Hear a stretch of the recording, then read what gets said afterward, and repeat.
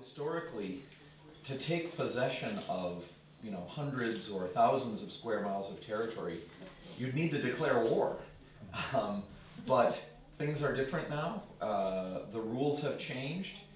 The laws and treaties that govern things like international investment have empowered investors and made them so powerful in relation to local communities or landowners or even national governments that nowadays these kinds of major takeovers of land can occur pretty much at the stroke of a pen and be all fair and legal. Land grabbing is a really complex phenomenon. It looks different in different places, whether it's the cash-strapped city of Detroit handing over 2,000 vacant lots to a private developer over the objections of many of its citizens because he says he wants to build the biggest urban farm in the country. Or the Daewoo Corporation of South Korea signing a 99-year lease for half of the arable land in Madagascar. Or the news last year that about 40% of Colombia's territory has actually been leased for its mineral rights have been leased to multinational oil companies for exploration and development. It looks different in different places, and so what we want to do this evening is give you a broad overview and to understand what the phenomenon looks like globally and what some of the drivers of it are, what some of the social and economic aspects are. And for that we have Alexandra Spieldoch, who I'll be introducing in a minute. But also to talk a little bit about what it looks like in different places, because it is manifesting itself in different ways in different parts of the world. So we're very pleased also to have Redwan Hamaza, who will talk about the experience of the Oromo region of Ethiopia, and I'll be talking a little bit about land grabs and concentration of land ownership in China. China, usually people think, well, China is a land grabber, right? It's going and acquiring these large areas of land in Africa or Latin America or Asia. But in fact, even inside China, these large-scale acquisitions and the concentration of ownership is taking place at a very rapid pace. So with that, and after we finish, yes, a quick question? I do have a quick question, and it's probably stupid and politically incorrect, but why do you say the word land grab? Mm-hmm. Isn't it actually a private purchase of property? Absolutely. That's totally legal under the system that it's being purchased in? In many cases, yes, as I said. And so in fact, it's actually a private property transfer. Absolutely. Okay. If you were Bill Gates, and he has actually said, we need more land grabs, because the term that he would use is, it's investment in agriculture, right? And that if what we need is to feed the world, why shouldn't we invest? And if you have people who have the capital to make that land productive, and you have other people who are willing to sell it, what's wrong with, as you said, a legal transfer of rights between one owner and another? So I work in the high elevation water basin in Colorado, mm-hmm. where we have also these issues of ag land being purchased for other or whatever sort of purposes. Mm-hmm. And but why did you choose to say the word land grab instead of something else? Well, I think you personally. Right. I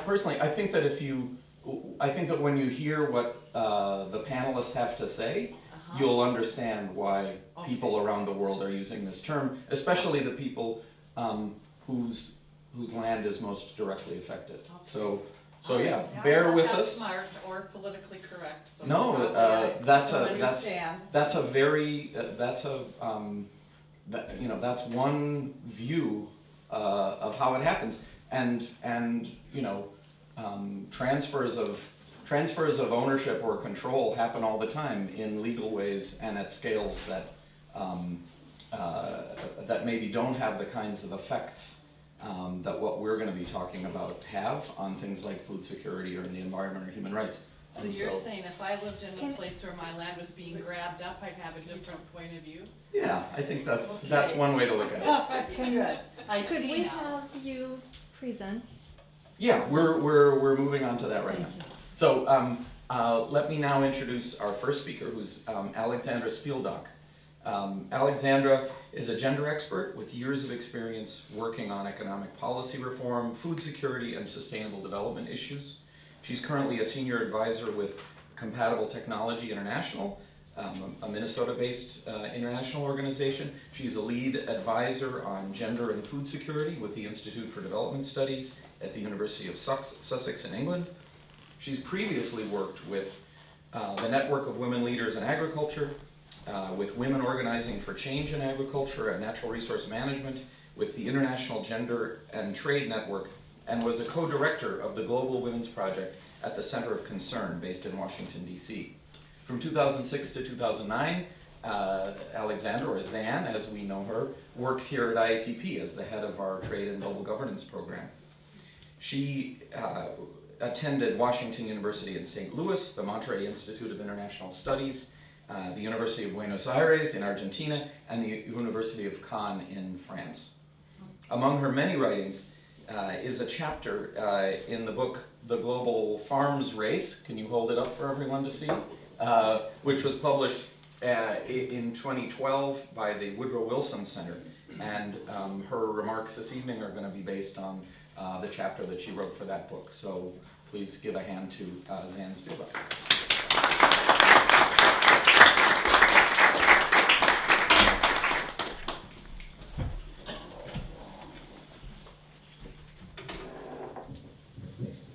Finally, a microphone that's short enough for me. Happy Valentine's to everybody, and thank you for having me here. It's a real honor to speak here at IATP, and I'd like to say that, in fact, this chapter that I'm speaking about this evening, I co-wrote with Sophia Murphy, who is a senior advisor on trade for IATP still. And we started work on this chapter when I was still with the organization, and then it evolved into this book, The Global Farms Race. And I'll say a little bit more about that. But since my colleague Sophia isn't here, I'll put in a plug for her as well. She has just written, and IATP has just released its own separate short report on this issue of land grabs. And so I encourage you to take a look at that as well. We'll get into a question and answer session about terminology and all of that, perhaps. Many do not refer to this global trend in terms of land grabs. The private sector, for example, and many of the international institutions talk about large-scale land acquisitions in agriculture and global investment in agriculture as in terms of next steps for development and what's needed. And so there are nuances to how it's understood. But land grabs has also become a catchy phrase and a way of kind of talking about this fairly disturbing trend, which we started following in early 2009 at IATP, coming out of that, or as part of the 2008 food crisis and the ongoing impacts of that. We saw this incredible global shock to the to food supply, rioting in many countries around the world. Really kind of a breakdown in terms of the understanding of the potential of the global food market to respond to food security and to hunger. Countries started taking their own individual decisions, kind of breaking free from the multilateral framework that whereby free trade was the mantra for development. And started looking at what to do at the national level to either restrict exports or to kind of focus on securing food nationally for their populations. Around this time, reports started to emerge from different groups. Groups from the Global South, like Grain, started to write about these land grabs, these large-scale land acquisitions in various countries around the world. At that time, some of it was true, some of it was rumored. There wasn't a lot of research on it at that time. We were beginning to get calls in from journalists from various papers, including New York Times and others, that were wondering, how real is this phenomenon? And we just weren't really sure. But shortly thereafter came the scandal that Jim referred to with Daewoo, or Daewoo, however you pronounce it, which is a South Korean firm that negotiated behind closed doors in a very private way, this 99-year deal in Madagascar, basically using 1.3 million hectares of their land for corn production, half of their land.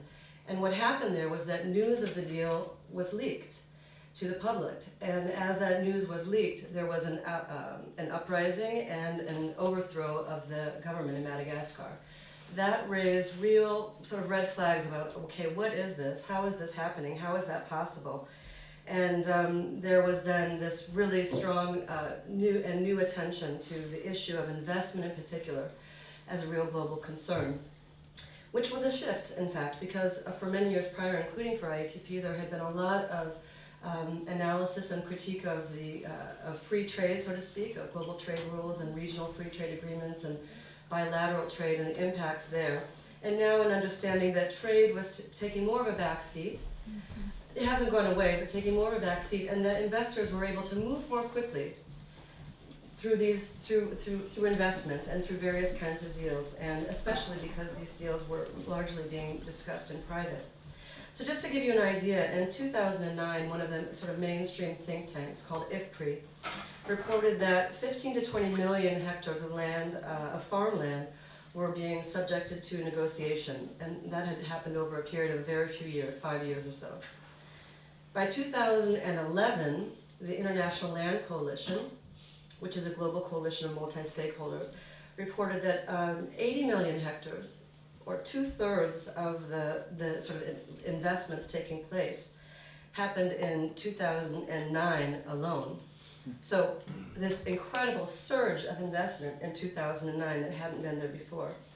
And by 2012, Oxfam International reported that there were 230 million hectares in play, and that's the size of Western Europe or larger. So, I mean, a very big deal in terms of the scope of what has been discussed. Now, not all of those deals have gone through. Many have fallen through, and many will fall through because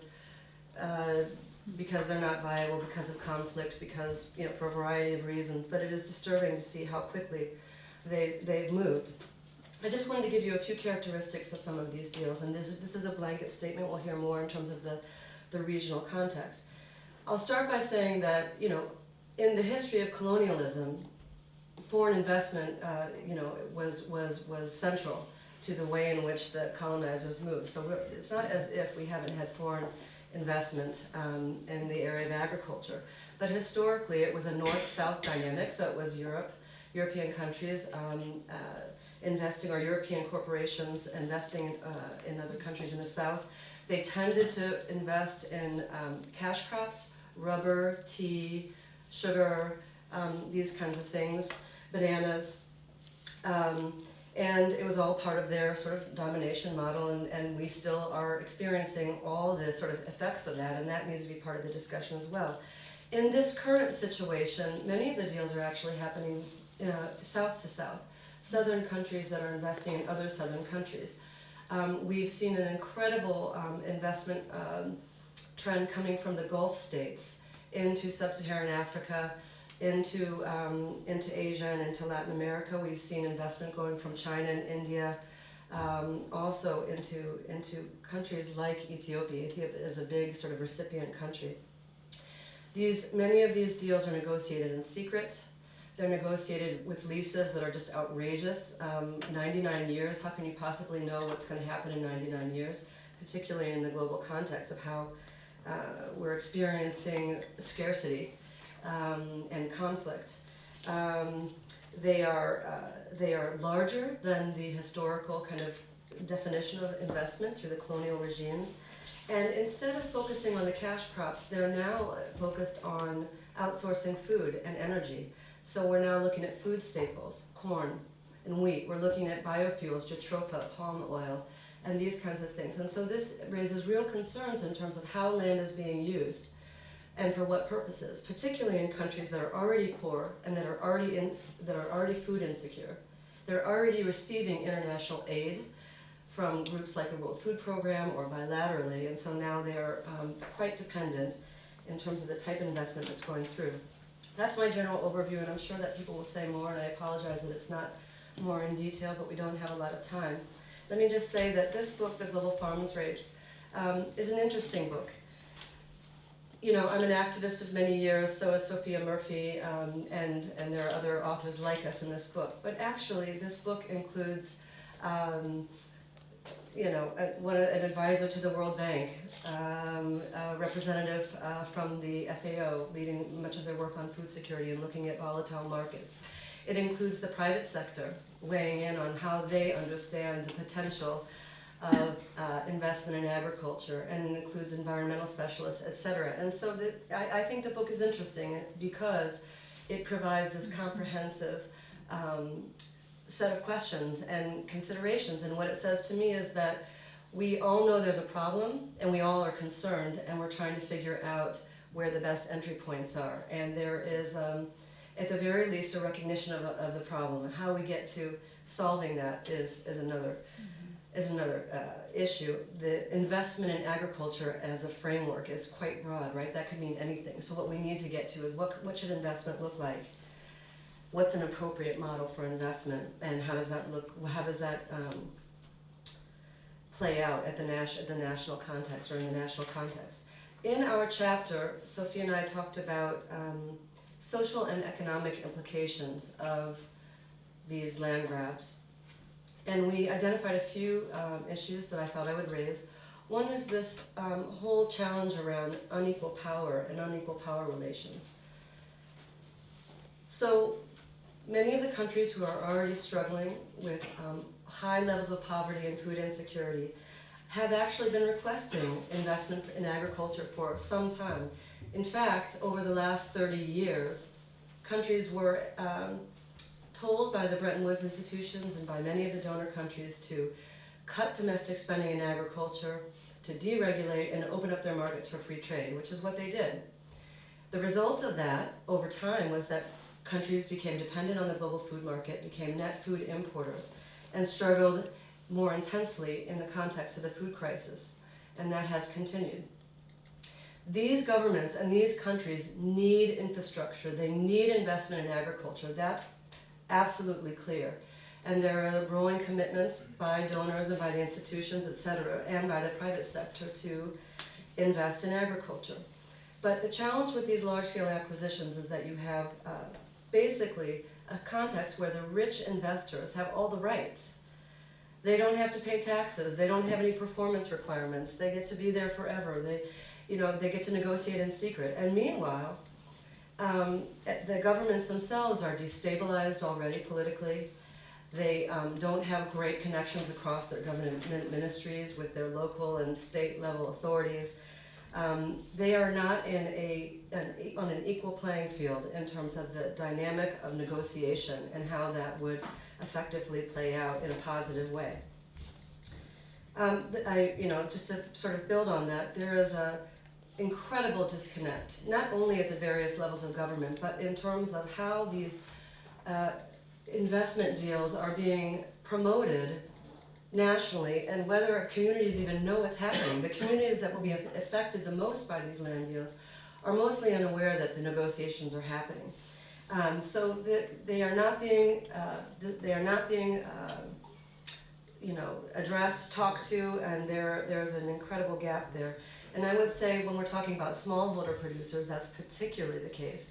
And then to take it a step further, women, smallholder producers who lack voice and who lack choice and who lack bargaining power are at the biggest disadvantage, experience the biggest disadvantage of all. And we can say more about that in the question and answer. There's another incredible problem that has to do with how land is being used, how land is understood, and what are the impacts are on the environment and human rights. I mean, in many of these countries, and South Africa is an example of this, where the countries that have experienced incredible conflict and violence in the post-colonial era and agrarian reform, now having to be in a situation where those deals that were made at the national level are actually being potentially undermined. And so that is something that has received very little attention to date, but I think that colonialism and the impacts of that don't go away. They're still there, and countries are still struggling, and it's not that long actually since 1960s, particularly in the African context. But also looking at the impacts on environment and human rights. first of all, let me just say the understanding of land. Many investors will say that much of the land that's being targeted is marginal land or unused land. I would argue that there's very little unused land left in the world. And much of the so-called unused land is actually being used. It's being used by, again, smallholder producers who don't necessarily have the right to the land, but they certainly utilize the land. They live with the land. The land is their everyday context in terms of food, water, fuel, community, medicine, all of that. And so across the board, they are under attack in terms of what happens to them if land is acquired and to what degree they will be able to survive and under what conditions. The other issue is what kind of farming, what kind of investment in what? There are investors, as they focus on these staple crops, looking at corn and other things. That is an industrial, kind of intensive kind of farming, and if you know IATP, you know its position on this kind of farming. But essentially, there's a lot of research to show that monocropping has negative impacts on land in terms of degradation and water, and that this is not a direction that we need to take. This is a dangerous direction. That we can already see many of the negative impacts of that in the North American context, for example. So why put that on the global south? Just to say quickly, land grabs are not going away as much as we'd like to think otherwise.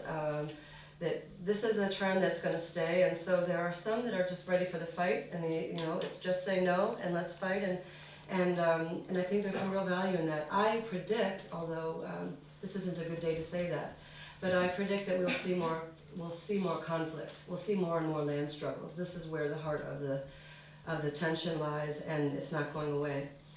Others are trying to look at a governance structure. What might that be? The UN institutions are looking at voluntary guidelines on land tenure. The World Bank and the US government and others, as well as the UN agencies, are looking at agricultural investment principles that would be responsible. That's all in formation. None of it's mandatory, so we'll see where that goes. I think it's more to kind of guide things. But we propose 5 basic points. The first is we've got to articulate our national vision for agricultural investment. That is critical, and that has to be done by national stakeholders, not with a top-down model from the global community. 2, we need to build ecologically sound farming systems. So that includes more agroecology, local seeds, leadership of smallholder producers, all of this. And there's global consensus on the importance of agroecology. 3, we need to protect the political space for local priorities so that it isn't undermined. In very fragile context, this is a major concern, and we need to support more information gathering and distribution. 4, we need to focus, again, as I said, on the historic and cultural and political context in countries, not forgetting about centuries of history and connections to land that we may not understand, particularly in North America, we may not understand that, but that has real significance to how different groups identify themselves and define themselves. We need to also look at investment, finally, as part of a broader development agenda. It's not one campaign or another. We know we are in a critical situation in terms of the various crises that we're facing. We need to look at investment in terms of reform in global trade and finance rules. We need to look at it in terms of national context. We need to look at it in terms of what's appropriate regionally. And we need to put human rights and environment at the center of whatever kinds of frameworks that we develop, because that is where we're going to make a real difference. Thank you.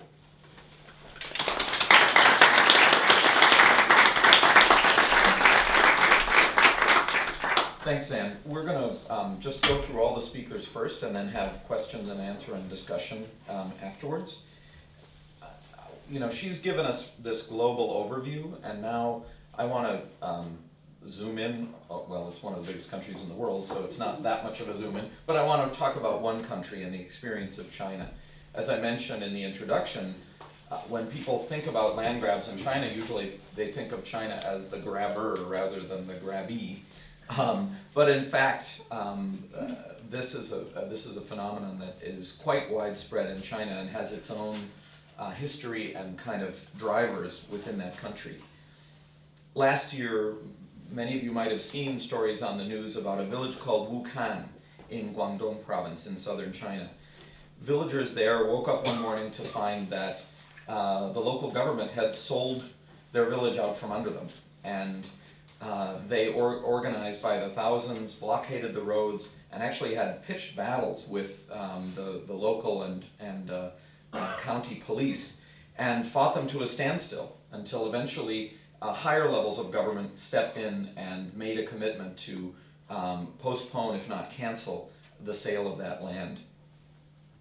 This is just a small example of what has become a very widespread phenomenon within China. From 1996 to 2007, about 20 million acres of land was expropriated and converted into non-agricultural uses in China, either by local governments or by outside investors. Now, this is illegal, so we were talking about what kind of land transfers are legal versus illegal. This is illegal because in China they have very little arable land, less than 10% of their land area. And so there are laws that restrict converting arable farmland into other uses like housing estates or strip mines or shopping malls or golf courses. And even so that was illegal, and that's about 20 million acres. An even larger area, about 34 million acres, is still under some sort of agricultural production, but it's been transferred out of the hands of the farmers who have been controlling it since, well, for the last 40 years or so. 30 years since the end of Mao's time, when farms were divided up and given to farmers to manage at the household level. Officially, this second type of transfer, this 34 million acre transfer, these transfers are actually legal and voluntary, right? They're intended, the policy says, to allow for cultivation at a larger scale that's more efficient, and allow more efficient producers to be responsible for agriculture. But there are very serious questions about how voluntary these transfers actually are, whether the new farms operations meet both profitability and food security goals, and how much the original landholders benefit from these kinds of transfers. The issue in China is not just about the large area involved, although the total area that I just mentioned is just about exactly the size of the state of Minnesota. But China's population density in rural areas is much, much higher than it is, not just in America, but also in Latin America or Africa. So the number of people that get displaced per unit of land that gets transferred in this way is much, much greater. Economist He Qinglian from the Chinese Academy of Sciences calculated that just that second kind of land conversion that I talked about, the first kind, the conversion of farmland to other uses, has led to the displacement of about 78 million farmers in China. Now, it's true that not all of these transfers of land are entirely involuntary, but there's a lot of evidence that much of it is. The Chinese government keeps track of, and occasionally even reports on, the number, the types of incidents of unrest that occur in the country. They call them mass incidents if it's an incident that has over 1,000 people participating. Since 2006, that number, the number of mass incidents of unrest in China, has more than doubled to 180,000 per year. And that's not 180,000 people participating, it's 180,000 incidents, right? Events. In 2007, a government researcher reported that half of all the petitions for redress to central authorities from farmers were from farmers who were angry about expropriation of their land. So there's a lot of evidence that although technically it's possible for many of these transfers to be voluntary and legal, in fact, often they're illegal and involuntary, and often even if they're legal, technically they're not actually agreed to by the farmers whose land gets taken. Now, the official justification for all of this in China, as in a lot of places, is rural development and specifically, scientific agricultural production. There's both, the investment argument that, well, we want to bring in people who have capital, and also the notion of scale efficiency, that rather than a lot of small farms, we can just have a few much larger farms. But there's also the notion that by promoting urbanization, the government can reduce the income gap between poorer rural people and wealthier urban people. But the central government also recognizes that much of what's happening is either opposed so strongly at the local level that it actually isn't going to be able to go forward, or it's in contradiction with other vital state priorities, such as the preservation of scarce farmland. In these cases, where the government has to, can't defend land grabbing, it has to say that, it must be the result of local corruption. So they sort of write it off as something that is sort of and sort of an unavoidable incident that has to do with local corruption. But I think that both of those explanations, one that it's sort of a natural process of agriculture becoming more modern and larger scale, so that it can be more efficient, and the one that this is all just about local governments being corrupt, they miss a very important systemic source of the problem.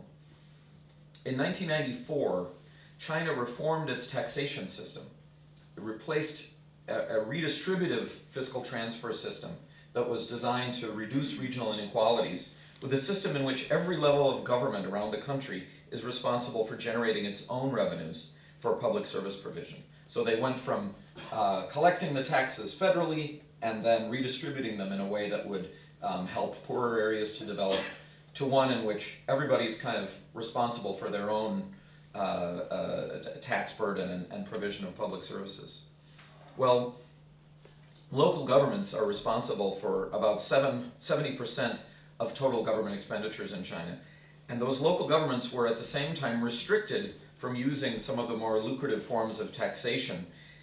So instead, what they did was turn to land leasing as a way to earn money to cover their regular budgetary expenses. So from 2006 to 2010, local governments in China raised over $1 trillion from land transfers of this kind.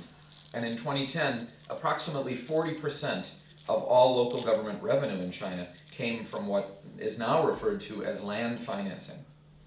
This massive sell-off of public resources has gone all but unnoticed outside the country, but its impacts are going to be felt soon enough, inside and probably outside of China. China's remarkable food security policies, which have enabled it to feed 22% of the world's population on only 9% of the world's land without massive imports of food from outside, are now in danger because of these massive transfers of land. In the 1990s, the government declared that in order for China to feed itself, the country's farmland should not shrink below 120 million hectares in size. That red line has probably already been crossed because of these large transfers of land. And much of the remaining farmland that's still in agriculture is now contracted to larger agribusinesses that are growing cash crops for export, meaning that there are far fewer people growing their own food and less food being produced for domestic consumption. If these internal land grabs undermine China's food security policies, and China turns to international markets to meet more and more of its domestic demand, global food prices are going to continue their upward trend, the number of hungry people around the world is going to increase, and so is the incentive for land grabs, not just in China, but everywhere. Thanks. Wait, it's not coming I now want to introduce Redwan Hamaza. Hi, do you have room to, if you can find empty seats, come on in and take them. We have some late arrivals.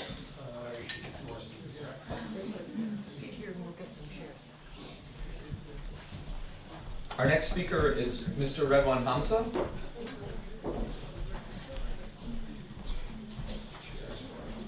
Redwan is a board chair of the Oromia Human Rights and Justice Council, a nonprofit organization established in 2008 to advocate for the protection of fundamental human rights and freedoms of the Oromo and other peoples in Ethiopia. Redwan studied at the University of Winnipeg in Canada, at Metropolitan State University in St. Paul, and at the University of St. Thomas. He has a BA, a BS, and an MA in Public Policy and Leadership. Redwan currently works for the Minnesota Department of Human Services as a health policy analyst. So, hand it over to you, Redwan.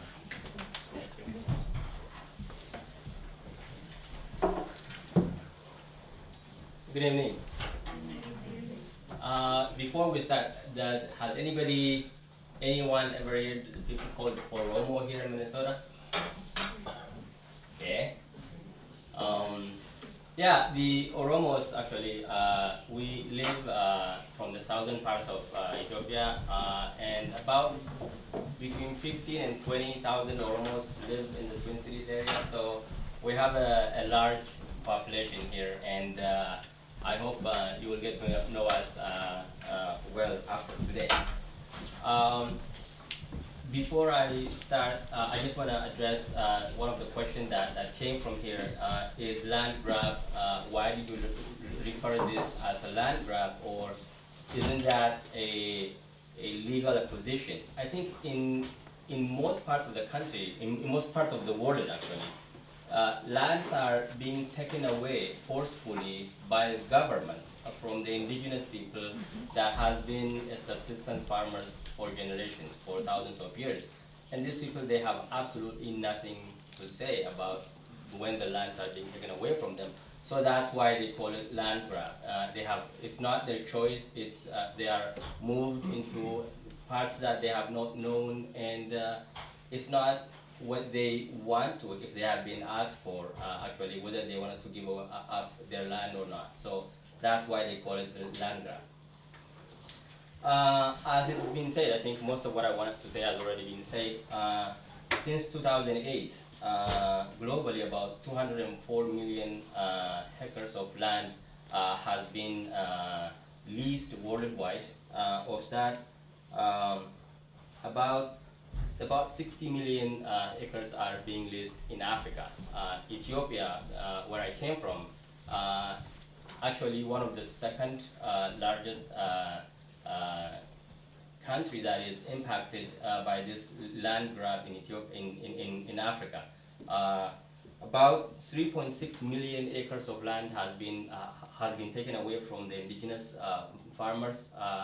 That is about the size of Belgium. You can imagine that. It's a huge area that is taken away from the indigenous people in the south that has nowhere to go right now. They have been displaced, and they have been forcefully segregated in what the government call it a villagization. This is actually in the name of development, actually, but when in fact this is not a development.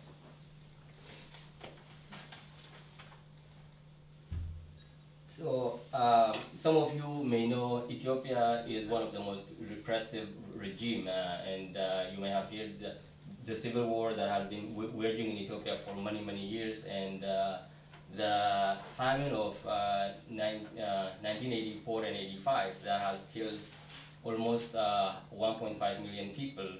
And that is the region, and most of those people actually that has been perished in that famine are people in the southern part of the country that has been much more impacted at this point.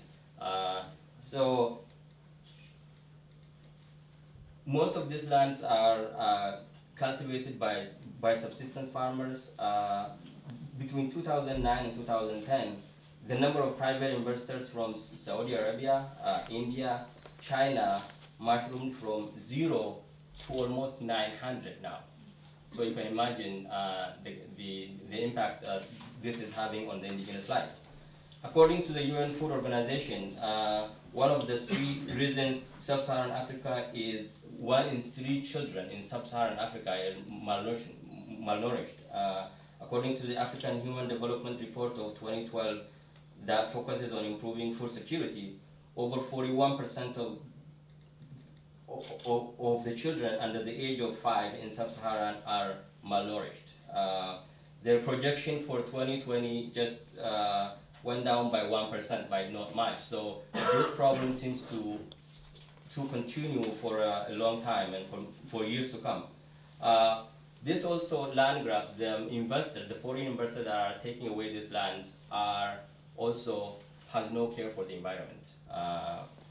The rivers are very vulnerable, it's being polluted, the wildlife have been jeopardized. Transfer of fertile lands in investors will result in loss of trees and natural habitats. Rivers will be barren, and rivers will be, as a consequence of much of the fertilizers that they use, will be undrinkable for these indigenous people, and nobody cares to clean them. At most points, they are leasing this land for 50 to 100 years. Sometimes they lease for 5 to 10 years, and they farm, and if it doesn't produce what they want, they just leave it and move on. So the government is giving away this land for like $1.20 per acre, so which is really cheap. And the government is doing this because most of the African dictators are always strapped for hard currency. What they are trying to do is for these companies or investors that are producing this massive food, none of it is actually sold in Ethiopia, none, zero. They are not selling any of what they produce in Ethiopia, so the population, even if they can, even if they want to sell it, nobody can afford it anyway. So most of what they produce is actually for the global market. You may have heard also in Ethiopia, about 13 million people each year require food assistance from around the world, from the global community. While millions of tons of food are coming through the airport for food aid, millions are also leaving the country to be sold in international markets. So you can see, the difference, why land grab, why this is impacting the forest community. One other thing is also, I think, Ethiopia is one of the biggest foreign aid recipients from the West. Ethiopia gets about $3 billion a year in foreign aid, the biggest in Africa, and from Europeans and from the US. The biggest is the US. But Ethiopia at the same time is one of the most repressive regime and one of the most friendly country to the West. It is one of the most amazing things that that happens after 2001 is that in the name of global terrorism, Ethiopian dictator became the champion of global terrorist hunter in the Horn of Africa because of the situation in Somalia, the situation in Sudan, and the situation in Kenya. He became the go-to person in that region, and every Western world that has known what's going on, the human rights violations and all those abuses that is going on, they look away from what they do because that friendship, that relationship, he provided them with everything they need. They look away for everything that they do. So actually, one of the things that we can do is, if the U.S. government is willing to put pressure on Ethiopia, on condition of at least making some of what they do, selling this land, indigenous land, to foreign investors, they can stop that if they want to, because I think if they stop, they completely finance the Ethiopian security forces, they completely finance the Ethiopian defense mechanism, the Ethiopian army and everything, and if they are willing to make conditional of the aid money that they give them on the improvement of human rights, they can easily stop that, and I'm sure of that. I think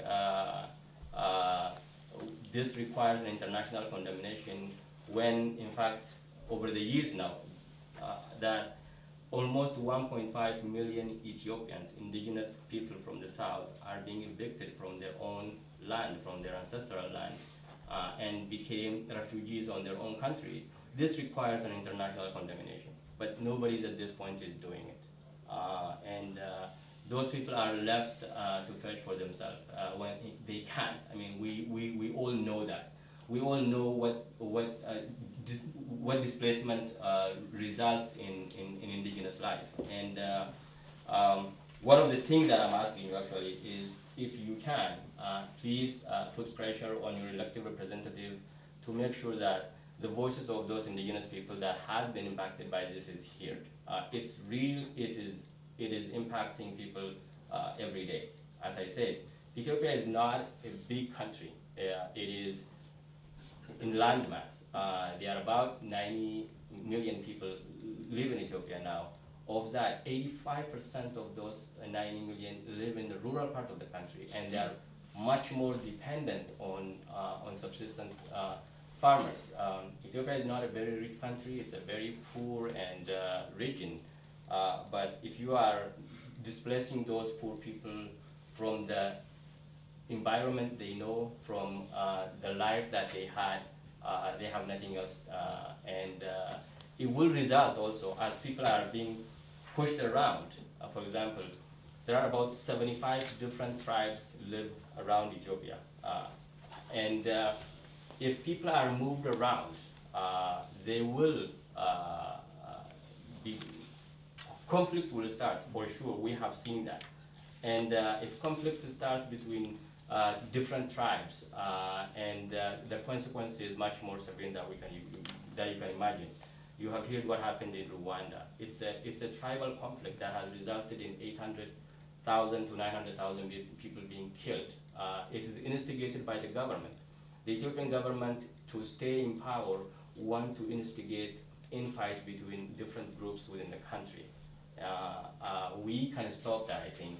So what I want to leave with you is that please, this is real, and these people deserve to be heard, and I want you to be aware of that, and I want you to raise your voice to your elected representative. Thank you very much.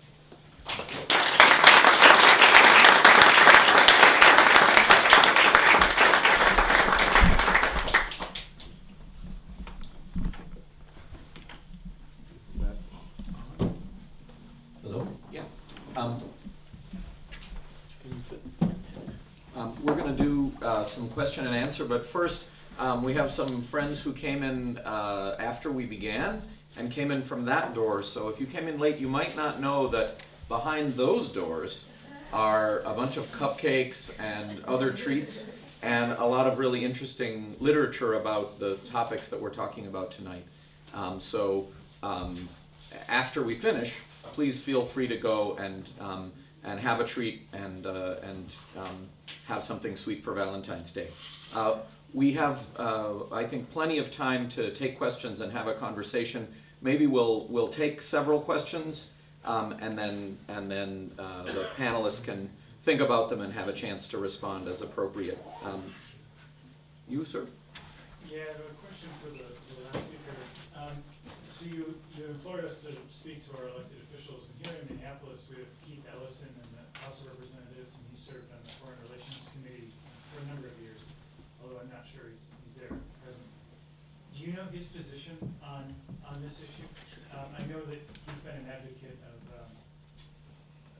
looking at the remittance policies that we have, but that's been more focused on Somalia, and I'm curious if you have a perspective on his position, and is there a nuance around remittance separate from aid? All right. Another question? We want to take several. Yeah.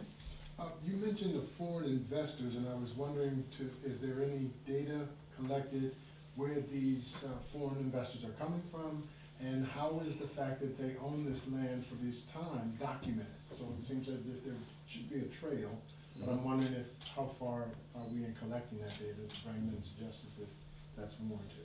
Okay. My question is about allies. So when I hear about land grabs and thinking about the U.S. government being involved, potentially being an ally to end this, I think immediately of sort of one of the biggest land grabs in history, which was committed by the United States government, right, sort of over the Manifest Destiny period.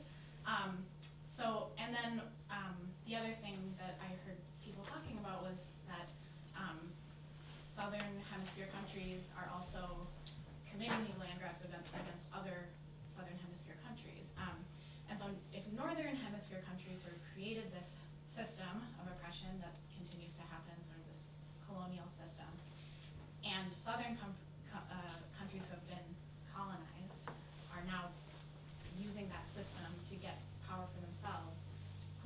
who are the allies? Who are we looking to as allies to fix these systems and fix these problems?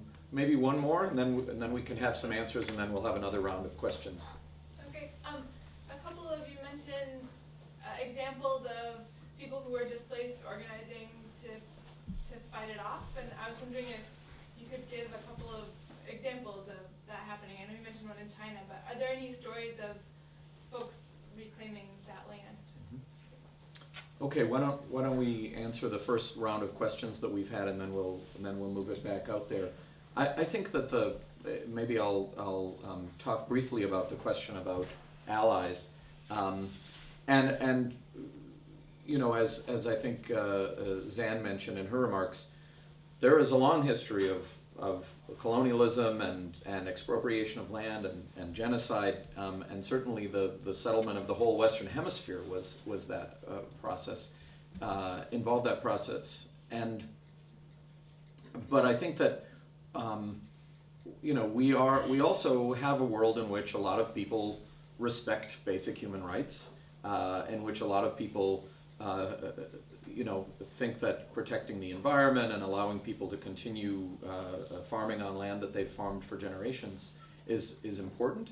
And I think that we certainly proceed from the assumption that there is a certain portion of, say, the electorate in the United States or even national governments around the world who, if they knew clearly how these processes work and what the impacts are, would probably be against the most egregious types of land grabbing. And so the notion of figuring out exactly what those impacts are and making that public, you know, is very important for that reason. So if you're somebody who has their money in a pension fund, you might not know that they have an agricultural development fund that's part of that is financing taking over big areas of land by force in other countries. So that's part of the notion of organizing things like divestment campaigns and of getting greater transparency about who's doing what and what the impacts are, because not all investment in agriculture is leading to human rights violations or destroying the environment. And so you also don't want to tar all agriculture investment with that same brush. Before I say, I just want to acknowledge someone who is here with me, and this person is somebody who is a close friend of our community. I don't know why she became our friend, but her name is Kathleen. Kathleen, can you stand up? And she is somebody who has introduced us to most of the community that we come to know, and I just want to thank you for being here, and of course I'm your sidekick, so I hope you will stick with us. As of for Representative Ellison. Yeah. Last time we met here, he was here, and he actually promised to have a session on land grab in Africa and what's going on. He is aware of, I think most of the members of Congress are aware of, but I think some of what we are asking requires a political will, and I think if we can push from every corner, this can be done. But the thing that is the most important thing is that some of these foreign investors, they deal directly with the government of that country. And that government of that country, if they are willing to evict communities, they can do that. It seems that if it is done by the government, obviously it's perfectly legal, but when in fact it's not, and they are evicting indigenous people from their own land, telling them that, look, we are going to resettle you somewhere where we can, where we will have schools and so forth, but they are kind of, they take them away and provide them with nothing. So that's what's happening, and I think this requires a big movement to stop it.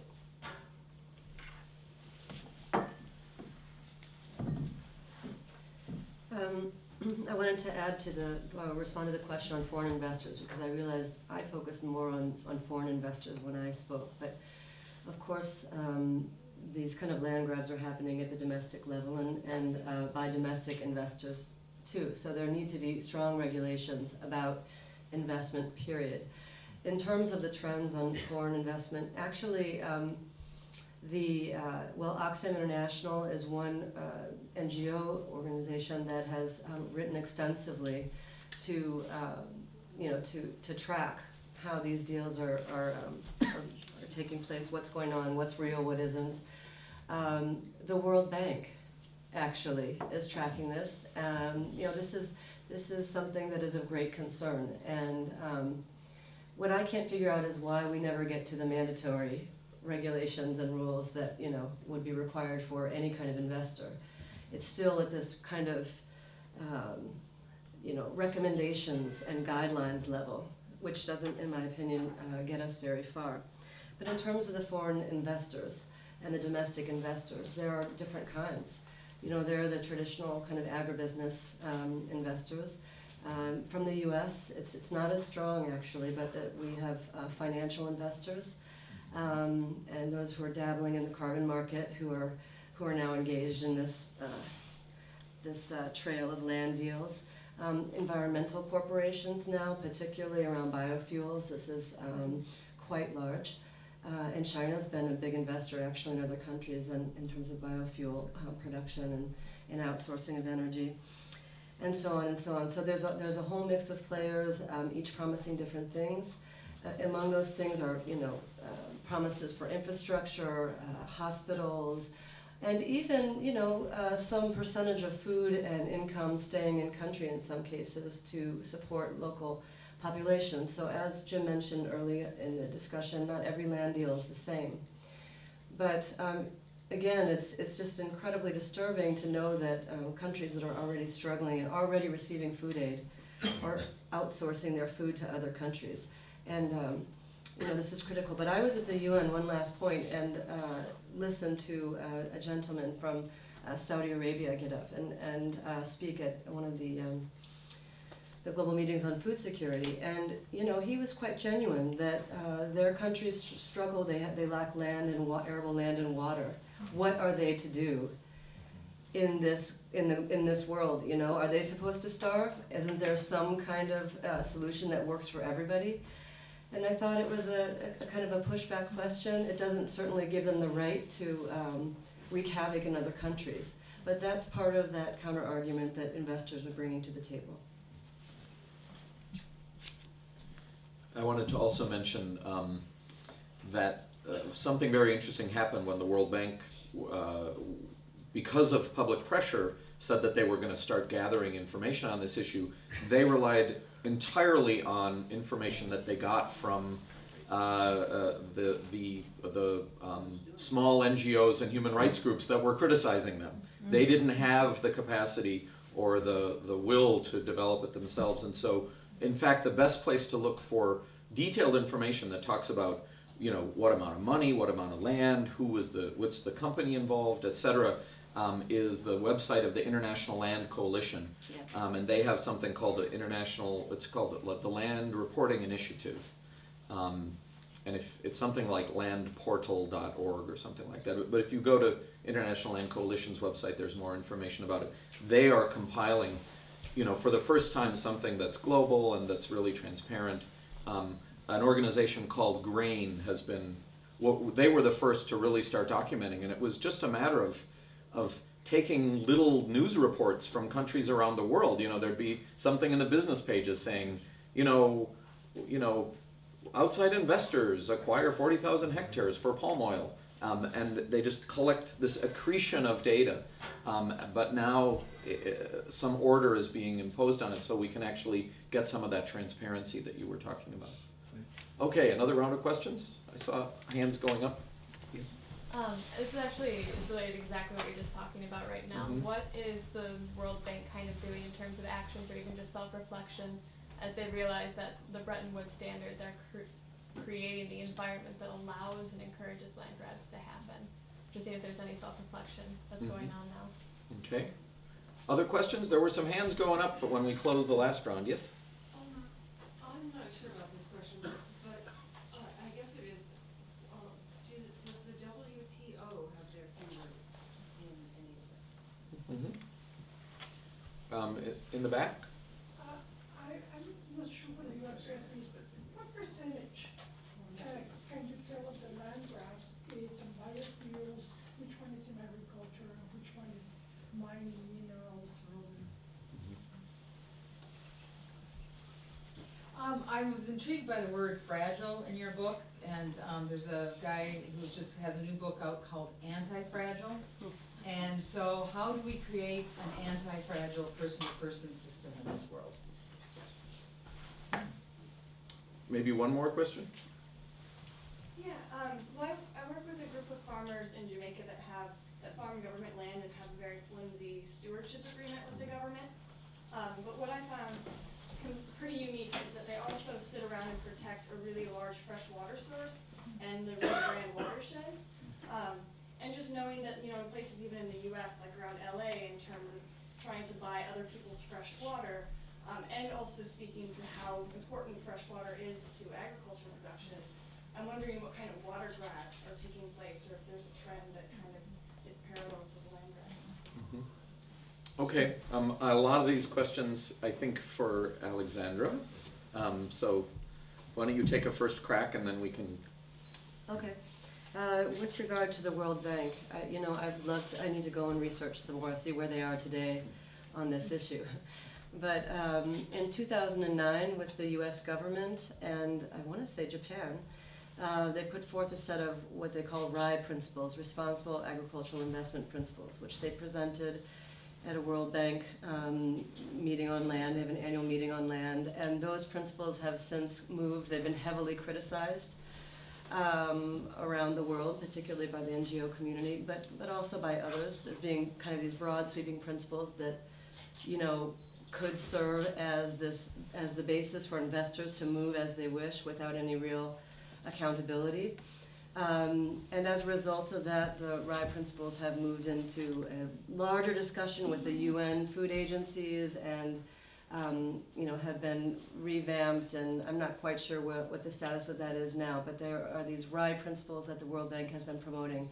They're absolutely involved in this process. They are very heavily invested in both agriculture and climate change projects around the world, and consider themselves leaders. So I would just recommend to the person and to myself to go to the World Bank website tonight, right after this meeting, and do some more research.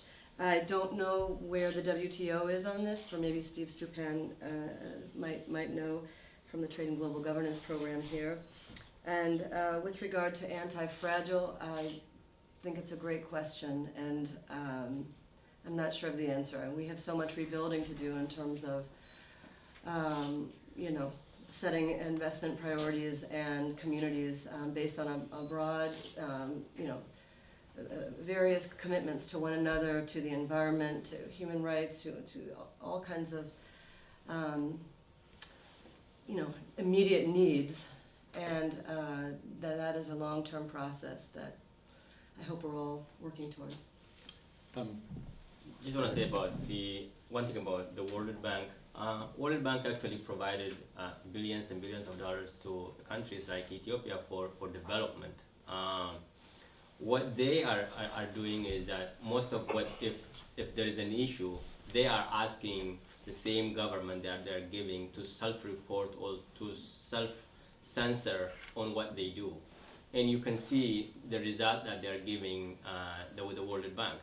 World Bank was also kind of driven by achievement of development. Ethiopia talks about 11 to 15% GDP growth every year. I mean, it's unbelievable. But when in fact 13 million people each year requires food aid from the international community. So most of what the World Bank does in developing countries is not really a development to my assessment. It is rather empowering repressive regimes all over the world and just seeing if they can do or if they can help people, but that's not really the case. Steve, actually, Steve Supan works here at IATP in our Trade and Global Governance program. Do you want to maybe say a couple things about investor state on this issue of, it's not necessarily WTO, but about how trade and investment agreements affect things? Can you, yeah. Just real briefly address the WTO question. One of the really strange things about the WTO is they're not able to talk about a lot of the factors that are relevant to food security. And right now they're desperately looking for a way to restart the negotiations, and so they're sending around a questionnaire to all the members. And a lot of these members are those that have abandoned reliance on trade for hard currency revenues. So the whole promise of liberalized trade was that this was going to generate enough revenues for your basic development needs, and that hasn't happened. And then, as Ann mentioned, there's this huge acceleration in massive land acquisition after the food price crisis, because these countries they don't have any control over the price of imports. And so, in theory, all of these massive land acquisitions, be they legal or not, are governed by the bilateral investment treaties, and there's a couple thousand of them. And also by the free trade agreements. So at least those that are negotiated by the United States have something called an investor state clause, which allows a private corporation to sue a country for not implementing and enforcing the measures of the treaty. Now, you'd have to be a pretty lame government in order to invite public attention by defending your land grab, using that treaty. But in theory, that land would be one form of investment that the investor state clause would cover. So, yeah, in theory, it could be something actionable, as they say in the trade world. But I think in some ways, land grabbing is a testimony of the failure of the liberalized trade system to enhance food security. So. Some more questions? So one thing that occurs to me, there's a lot of push, and there has been for 10 years, to liberalize titles to land. And this push has been enormous in Africa, and there has been pushback by people, especially feminists, who are saying it is the customary law and the communal rights that give women the usage rights. And so in most of the examples that you had, it was land grabs where the titling is communal, or where it's not statutory law, but where it's customary law that gives the community the land, right? So is this, am I hearing it correctly, that the land grabs are occurring mostly with communities that have communal rights to the land, not individual? Or is it also happening in Africa via the World Bank's push to have individual titling? And has that been an avenue? I was wondering if either the U.S. government, the UN, or the Ethiopian government was checking the intent of the people buying the land in Ethiopia, whether it be a positive intent or a negative intent. In a similar vein, you had mentioned that these kind of land transfers are sort of inevitable at this point. And one way is to make shorter leases perhaps, and making them more sustainable and ecologically sound. But how would you incentivize sustainable agricultural development when you only have like a 20-year lease? When it's hard to get people to have sustainable agricultural systems, even if you have a long-term, multi-generational investment in the land? One more. There are lots of protests in China, and and our image of China is very repressive, and so I'm wondering, you know, if the protesters have had any impact and what kind of response the government has had to the protesters. Are they allowed to protest, you know, freely without harassment, or, you know, kind of what the situation is? Okay, well, that's a real interesting collection of questions. I would say about China, just very quickly, that it's interesting. If it's such a big country that oftentimes, as long as protests don't directly confront the legitimacy of central authority, the government doesn't crack down on them very quickly. And oftentimes, the purpose of a protest isn't necessarily to win a victory locally as much as directly as it is to cause enough of a ruckus that you attract the attention of people higher up in the government, who then say, oh, well, there's a problem, we better go in, investigate the local government that might be corrupt, or a corporation that might be causing a problem, or, you know, a lot of these have to do with pollution or other kinds of things. So it's an odd situation. It's not just the sort of image of a totalitarian state where any protest is quashed immediately. I think that's kind of a leftover view people have from the time of Tiananmen. Do you want to talk about the land percentage that's the who owns the land in different situations? Maybe Redwan and Zan? Start with the land ownership. I think most African countries or African governments, all of a sudden they declared that every land in that country is owned by a government. For example, the same happened in Ethiopia. For people who has been living or in the land in the family for generations and generations, but the government said no one has the land, the right to ownership, but the right to use, to farm it or whatever. So when they declare that, it means that the government can evict anyone if the government sees that the area requires a development. That's exactly what they were doing in the southern part of the country, in the most indigenous areas. And of course, if the government in parliament declares that no one owns the land in the country, that seems to be the law of the land. It's not the law of the international, what's the international community look at it, but if the government declares that that's what they do and that's how they lease the land to foreign investors or give away to foreign investors for in the name of development, so that the investors would come in and develop the land and irrigate the land, and then the people around that area will be employed by those or by those investors, supposedly. But normally that's not what happens. If they are employed actually by them, they will be paid about less than $1 a day, or about 50 cents in Ethiopia actually, what they were being paid, and they can't live on that. On the intent actually, again, it is the same. In Ethiopia, when they invite the foreign investors to come in, it is in the name of development again.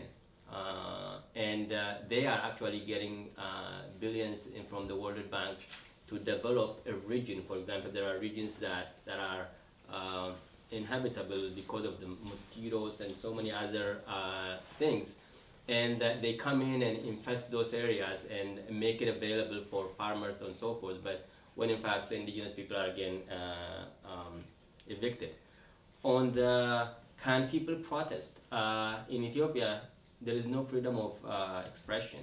No one can protest. If you do, in 2005, during the election irregularities, the Ethiopian government shot dead 200 people in the capital in front of the U.S. embassies while they were protesting on the election result. So no one can dare to go outside and protest about anything, not this. Zan, do you want to talk about that? Yeah, just briefly, and I just really want to thank you for bringing up the militarization lens, because I think that we're seeing more and more violence as governments, seek to displace subsistence farmers and rural community members. And again, this is part of I think the land struggle we're going to continue to see unless something is done, because people who are hungry rise up. and they take incredible risks and clearly lose their lives in that process. With regard to the titling issue, it's absolutely a gender issue. You mentioned women's land ownership, and of course that's at the core of every real discussion on food security, development, women's rights, what have you. It is this whole notion of intellectual property rights and formal versus customary, laws and titling. And I don't know the percentage of, I'm actually not as clear on how the negotiations are taking place with communities. What I know is that because women lack land rights, they're not necessarily consulted. They work on the land, they produce the majority of the world's food, but they're not actually consulted in many of the decisions that are taken on their behalf. So this remains an ongoing problem. Different development agencies are heavily engaged. ActionAid is one that has a whole land rights campaign working with women. U.S. government as well has identified this as a core issue of its Feed the Future program. So it's, I think, become quite clear that women's land rights are a major part of the equation. Now, what happens there, I don't know. Because there's a lot of rhetoric about the need for more voice, women's bargaining power, voice, participation in decision-making power, and that rarely translates into real budgets and real programs that bring about that shift. So I would say, and on a larger level, I would say that the International Land Coalition has a whole portal as well on women and land rights. Landesa is another organization that is working out of Seattle that is very focused on women's land rights, and I'd be happy to follow up with you in terms of more resources. It's an obvious interest of mine. I wanted to say one last thing about the financing. I don't know who asked the question and how we move away from 99-year leases to 20. What's the long-term agenda?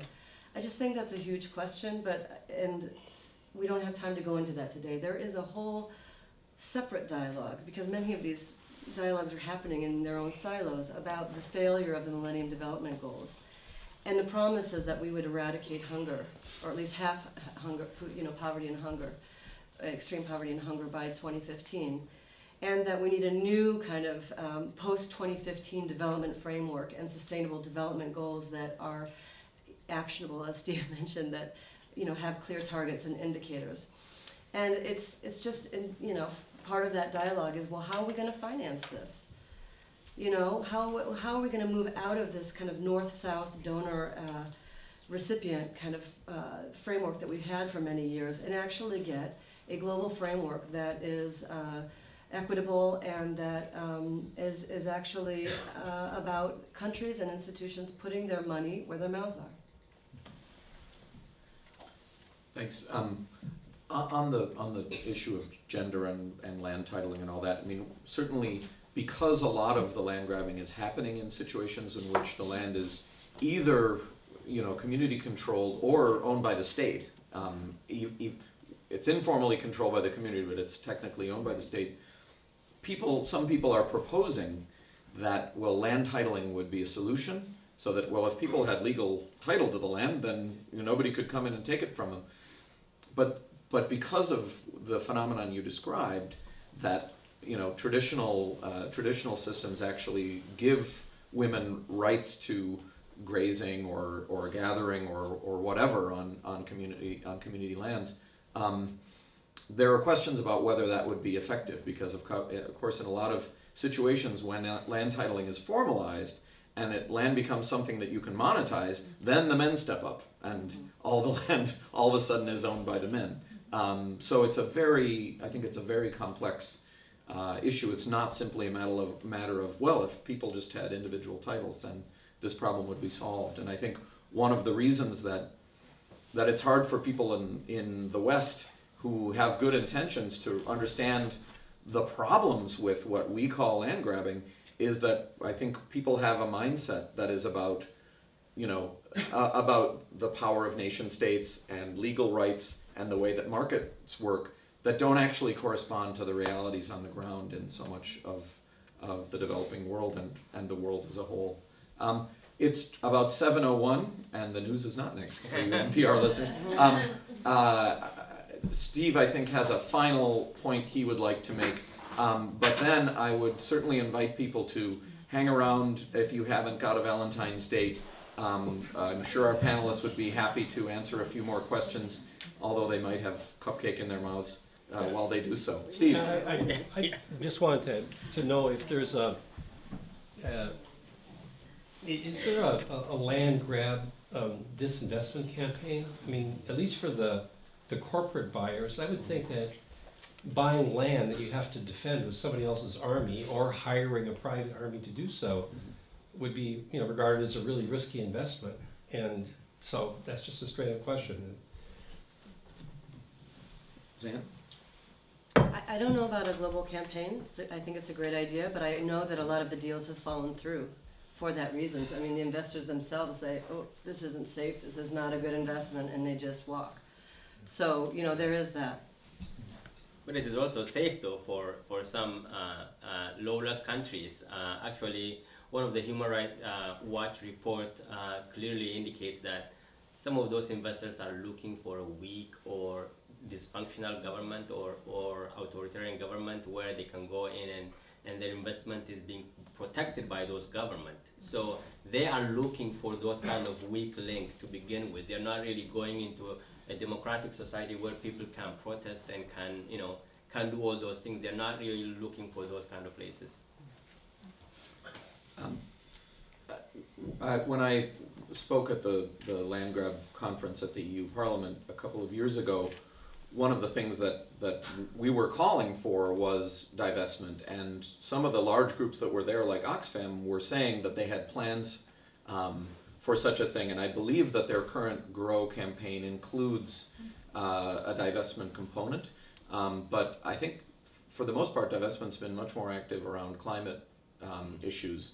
I think there is a lot that could be done because of what we were talking about, the fact that a lot of the money that's financing these deals is actually coming from public funds, like the California Teachers Retirement Fund or TIAA CREF that many of you might be familiar with. And so I think there is a lot of potential for using divestment as a way to actually both stop deals and also just raise awareness about what's actually happening. I'd like to thank our panelists again and thank all of you for coming out. Can we have a round of applause for Redwan and the panel? Thank you. Have a good evening. More information available at www.iatp.org. And the treats. The treats. And treats. Yes, please. Thank you very much. So, You guys want to go back and get some cupcakes and then we'll leave? oh, you gotta get